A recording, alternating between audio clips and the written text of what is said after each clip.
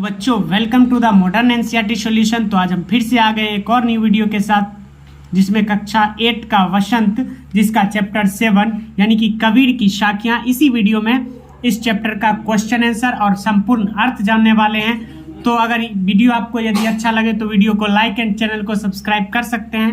चलिए शुरू करते हैं। जिसका पहला स्टेंजा है, जाति ना पूछो साधु की, पूछ लीजिए ज्ञान, मोल करो तलवार का, परा रहन दो म्यान। तो चलिए सबसे पहले इसका अर्थ समझते हैं। देखिए, कबीर की साखी की इन पंक्तियों में कवि कहते हैं कि हमें कभी भी सज्जन इंसान की जाति पर ध्यान नहीं देना चाहिए। जैसे तलवार की कीमत म्यान में परे रहने से नहीं होती है बल्कि तलवार की धार से होती है। चलिए दूसरा देखते हैं। आवत गाड़ी एक है, उल्टत होई अनेक, कहीं कबीर नहीं उलटिए वही एक की एक। देखिए, प्रस्तुत साखी में कबीरदास जी कहते हैं कि किसी अपशब्दों का जवाब कभी भी अपशब्दों से मत दो, इससे वे अपशब्द बढ़ने की बजाय घटते घटते खत्म हो जाएंगे। यानी यदि आपको कोई बुरा भला कर रहा है तो आप उसको कुछ नहीं कीजिए, वो बाद में परेशान होकर खुद ही चुप हो जाएगा। चलिए नेक्स्ट देखिए। माला तो कर में फिरे, जीवी फिरे मुख माही, मनुआ तो दुही दिशे फिरे, यह तो सुमिरन नहीं। देखिए, कवि कहते हैं कि अगर आपका मन प्रभु की भक्ति में नहीं लगता है तो फिर हाथ में माला लेकर घूमना, मुख से प्रभु का नाम लेना बेकार है। अगर प्रभु को पाना है तो हमें एकाग्र होकर उनकी भक्ति करनी चाहिए। चलिए नेक्स्ट स्टेंजा देखते हैं। देखिए चौथा स्टेंजा है, कबीर घास ना नींदिए, जो पाँव तिली होए, उड़ी परे जब आँखी में खड़ी दुहेली होए।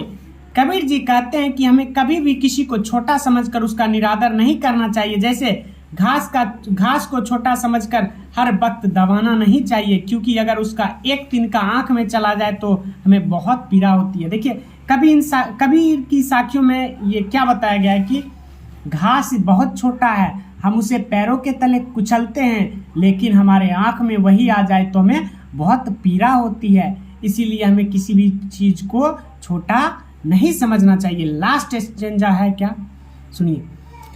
जग में बैरी कोई नहीं, जो मन शीतल होए, या आए को डाड़ी दे, दया करे सबको।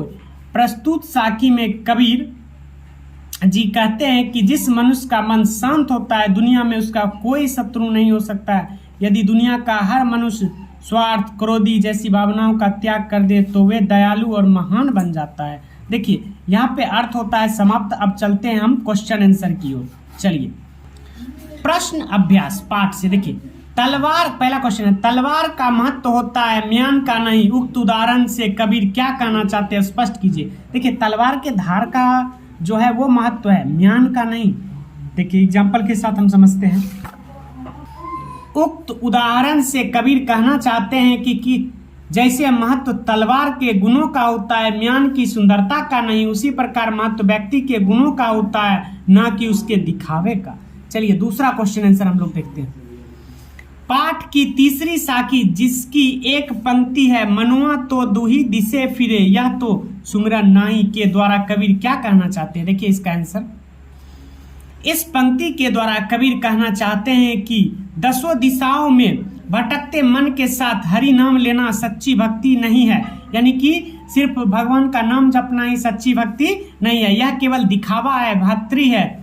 केवल माला या राम नाम जपने से भगवान नहीं मिलते हैं, अर्थात भगवान की प्राप्ति के लिए एकाग्र मन से भक्ति करना आवश्यक होता है। यानी कि सिर्फ नाम जपने से कुछ नहीं होता है, आपको भगवान के प्रति एकाग्र होना चाहिए।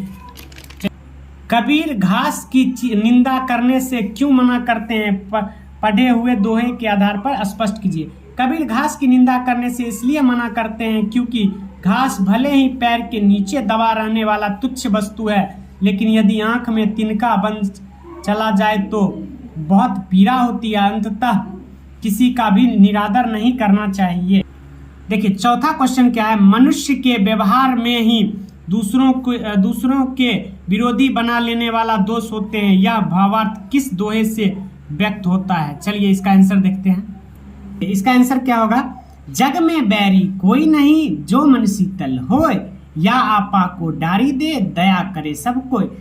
तो आपका ये चैप्टर यहीं पे क्वेश्चन आंसर के साथ भी समाप्त होता है। यदि आपको वीडियो अच्छा लगा हो तो वीडियो को लाइक एंड चैनल को सब्सक्राइब कर सकते हैं। ऐसे ही एनसीईआरटी सॉल्यूशन पाने के लिए आपको इस चैनल पे कक्षा 8वीं और 7वीं का एनसीईआरटी सॉल्यूशन मिलता रहेगा। तब तक के लिए धन्यवाद एंड बाय बाय।